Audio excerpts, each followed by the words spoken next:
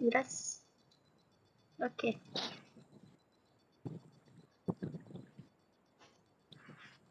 Okay, Assalamualaikum dan selamat petang. Assalamualaikum.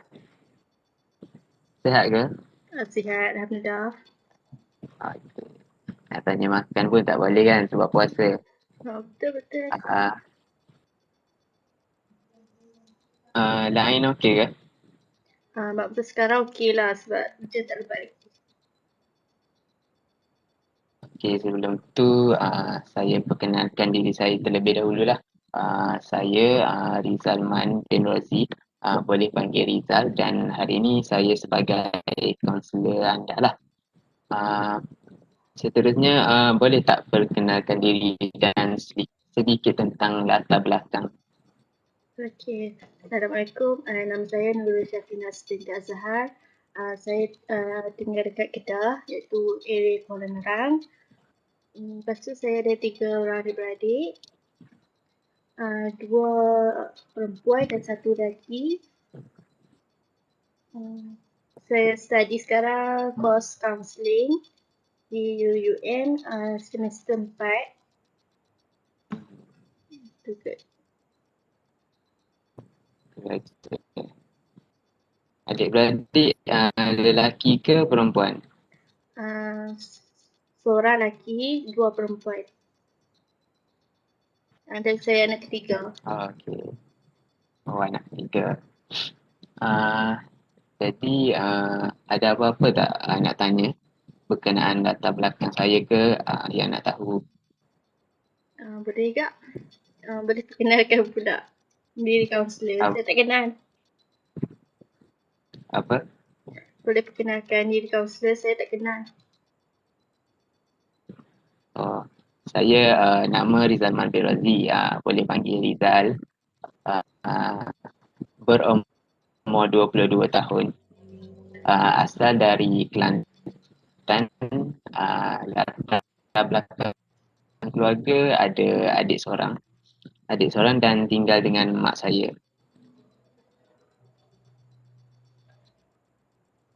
Boleh Boleh.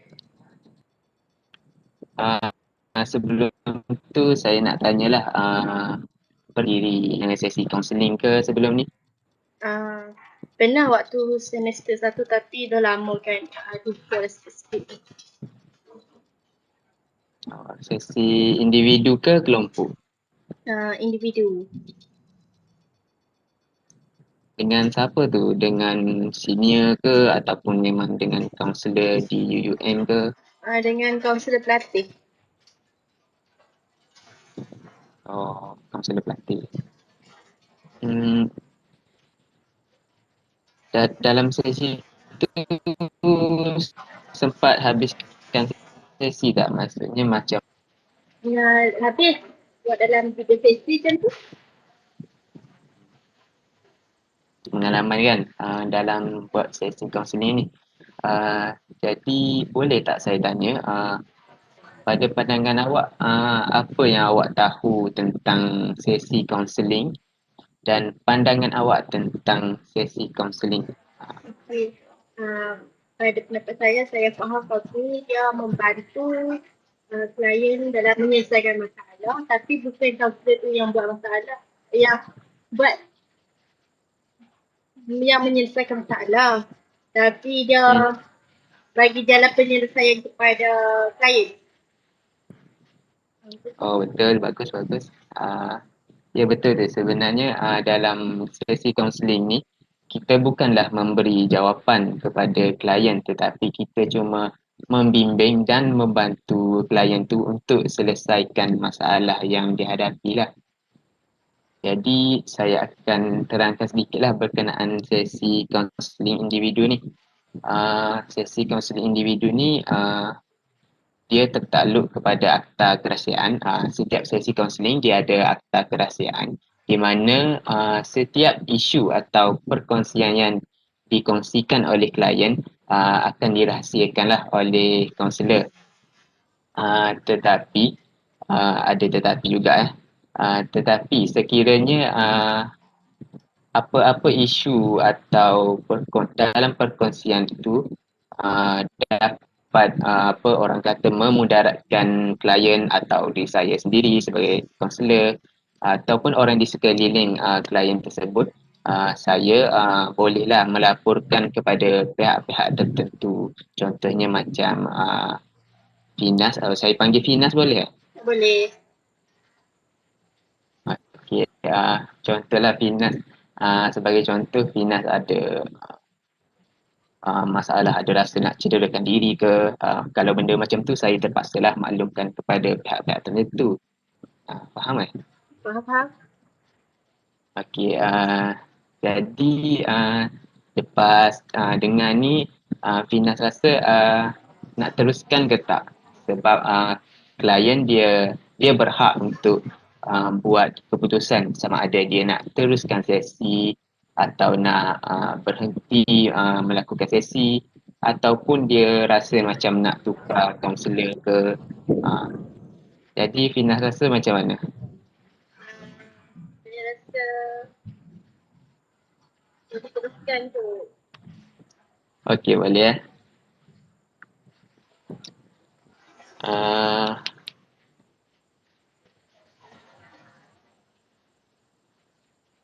Okey, jadi tadi saya dapat tahulah sedikit sebanyak berkenaan latar belakang Finas dan Finas pun dah tahu sedikit sebanyak tentang latar belakang saya. Jadi dalam sesi kaunseling kita ni, saya sebagai kaunselor dan Finas sebagai klien dan saya akan membantu Finas lah untuk selesaikan apa-apa masalah atau isu yang dibawa dalam sesi kali ini. Okey, matlamat kita pada sesi kali ini lebih kepada nak perkenalan. Seterusnya Finas pun akan, selepas ini Finas akan berkongsilah apa-apa isu yang Finas nak berkongsi kepada saya pada hari ini. Jadi Finas dah tahu ke nak bincang pasal masalah atau isu apa yang dihadapi?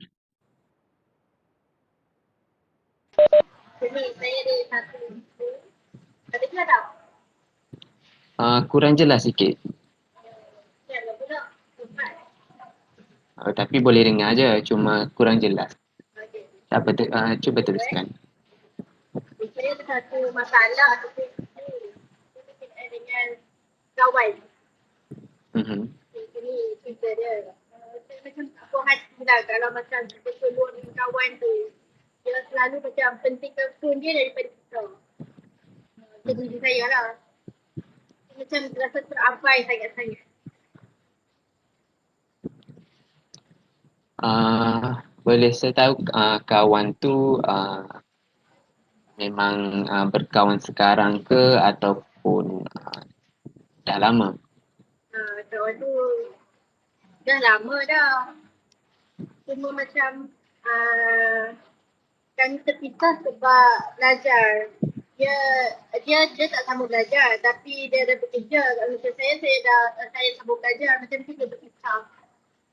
Macam konten pun tak boleh bila nak jumpa tu dia macam ada alasan kalau dapat jumpa pun dia asyik main phone je. Jadi setiap kali Finas berjumpa dia macam tak lebih fokus main phone lah daripada berborak dengan Finas ke macam tu kan? Betul. Saya kadang Jadi apa Finas?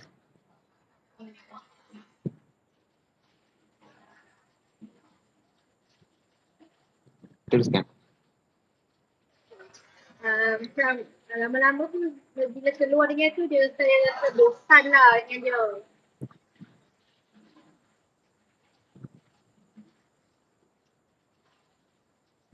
Selalunya Finas keluar dengan dia je ke atau ramai-ramai juga?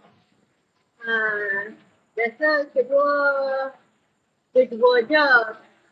Hmm. Oh, kiranya memang member rapat lah ni. Member rapat dari sekolah rendah lagi. Hmm. Sekarang masih kontak lah dengan dia.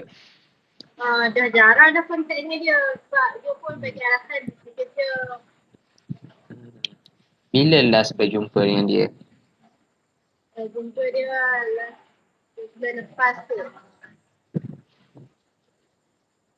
Okey, jadi saya nampak masalah utama yang Finas hadapi ni adalah berkenaan hubungan dengan rakan baik ya. Betul. Dan saya nampak Finas agak kecewa lah dengan sikap kawan baik Finas tu yang lebih mementingkan main phone daripada Finas. Betul. Okey, jadi sebenarnya saya tertarik untuk tahu dengan lebih mendalam macam hubungan Finas dengan kawan baik Finas tu daripada awal sampailah sekarang. Macam mula berjumpa dari mana dan macam mana boleh rapat. Boleh tak ceritakan sikit?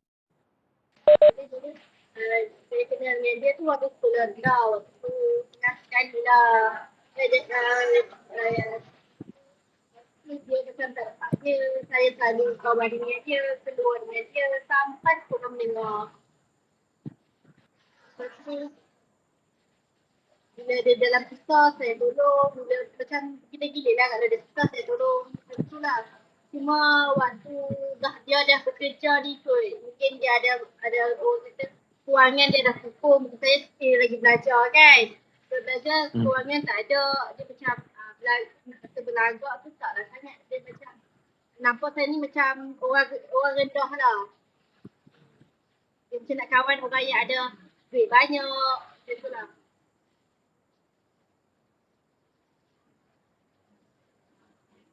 Okey, jadi saya perasan Finas beranggapan bahawa kawan Finas tu bila dia dah kerja, bila dia dah ada kewangan, dia kurang rapat dengan Finas sebab Finas masih belajar dan dia agak mempunyai kewangan yang baik. Betul. Tapi macam mana Finas boleh perasan benda tu? Dari segi sikap dia ke atau dari segi percakapan dia ke? Macam dari sikap tu memang nampak lah kan. Kalau macam keluar pun, kalau kita ni keluar macam tempat biasa, mall-mall biasa. Lepas tu pakaian pun biasa-biasa je. Dia macam nak ada brand. Dan kita pun kalau pilih kawan, macam kawan kita ni dah tak ada. Kita orang lain ke. Faham. Jadi Fina cakap bila last tadi pernah berjumpa dengan dia? Dalam bulan 1 tahun ni kot. Bulan 1 tahun ni. Macam mana boleh berjumpa Finas yang ajak dia dulu ke atau dia yang ajak Finas? Itu pun jumpa secara kebetulan. Kebetulan. Kebetulan je. Lepas tu ala-ala dah berjumpa tu, waktu tu ke mall. Ke mall seorang, lepas tu nampak dia. Lepas tu ala-ala dia pun seorang, saya pun seorang, kita orang keluar lah sekali.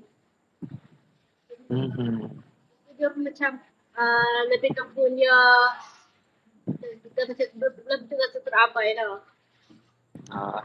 Jadi masa itulah Finas rasa macam kelakuan dia yang lebih mementingkan phone tu ataupun sebelum ni pun dia memang macam tu.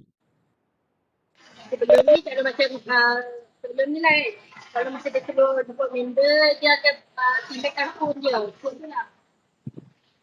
Dia macam kita bukan main phone, dia tumpu pada kita cakap apa, mesti dia akan tumpu. Jadi memang dari dululah sikap dia macam suka main phone kalau keluar kan. Okey, saya nak tanya, apa perasaan Finas dengan sikap dia tu?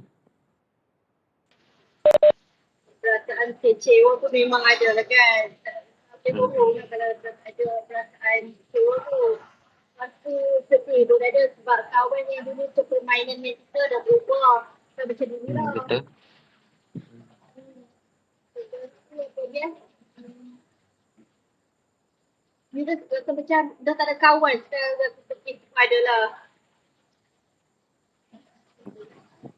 Okey, jadi saya perasan masa Finas cakap kawan masa kecil, mungkin Finas ada rasa sedikit rindu dengan kawan lama kan? Rindu nak rapat macam dulu-dulu, betul? Ya, benda tu memang biasalah kan bila kawan yang dulu rapat, bila dah tak rapat mesti akan rasa rindu. Jadi Finas rasa Finas lebih suka berterus terang ke atau lebih suka diamkan diri je? Mula tu macam nak diamkan dia sampai macam lagi macam kalau kita tegur terang dia tak dia kata ni macam lain macam kita pula yang berubah kan. So macam kita buat macam tak nampak je lah. Itu dah jalan nanti takut gaduh. Lama dah gaduh. Betul? Okay,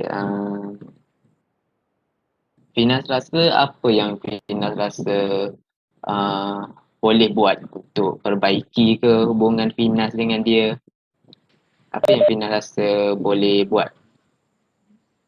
Kalau dia buat rasanya macam kalau boleh tu nak pujuk dia macam dulu balik dah. Jangan berubah sangat. Ketara sangat kot. Dia punya perangai tu. Lepas tu ingat balik masa sebelum dia dapat kemewahan lah orang kata kan. Dia dapat kerja apa semua. Ingat balik masa dia susah dulu.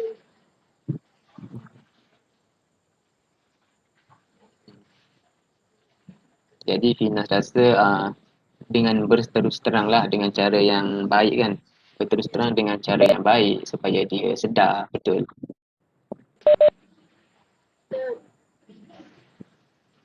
Teruskan Finas. Tak ada pun. Ada. Ada apa-apa lagi tak yang Finas rasa macam nak kongsi ke tentang hubungan Finas dengan dia? Mungkin yang berkait dengan kawan-kawan lain ke?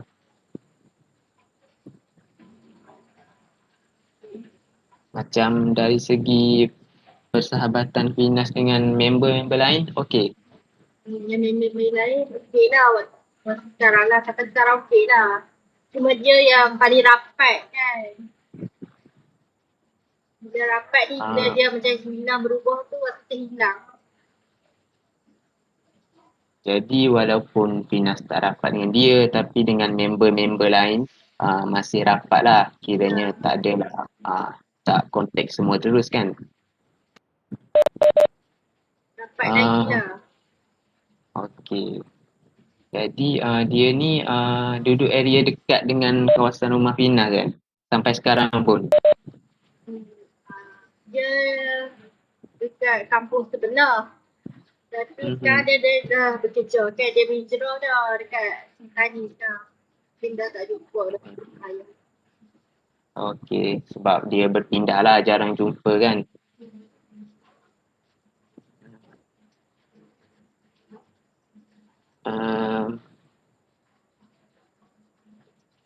Okey, jadi lepas Finas cerita, lepas Finas kongsi dengan saya, apa yang Finas rasa? Rasa tenang sangat-sangat sebab ada orang yang mendengar luar hati macam nak kongsi dengan mak ayah. Macam tak sampai hati sebab kawan tu dah lama. Jadi saat ni kita pula yang disalahkan. Sekarang dah ada kawan baru untuk kita share masalah kita. Jadi lapang. Dah tak ada gembira lah daripada tentang seorang-seorang. Okey, baguslah kalau Finas rasa macam tu. Saya pun rasa gembira lah kalau saya membantu Finas dalam menghadapi masalah. Jadi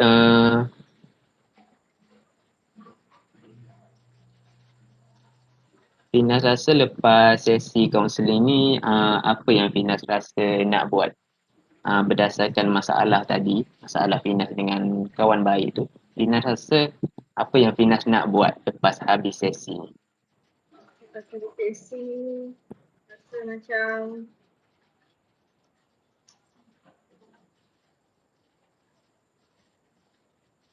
Tak apa Finas, ambil masa untuk fikir, tak apa.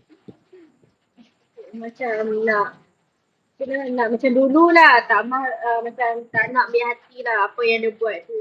Dia buat dia kan dia. Terus sebenarnya dia mungkin satu hari nanti jom kita sedar. Tapi tadi Finas ada cakap pasal cara yang Finas rasa nak buat, Finas rasa macam nak berterus terang kan? Betul ke? Kalau Betul. saya betul kan? Jadi lepas sesi ni Finas rasa macam mana? Nak ajak berjumpa ke? Atau nak borak melalui telefon ke? Macam mana? Mungkin saya rasa lah kan berjumpa terus terang depan dia daripada call nanti susah. Mungkin ada yang saya buat dia terasa mungkin ada person mungkin tak faham yang mungkin saya tak sedar pun tapi saya tak nampak.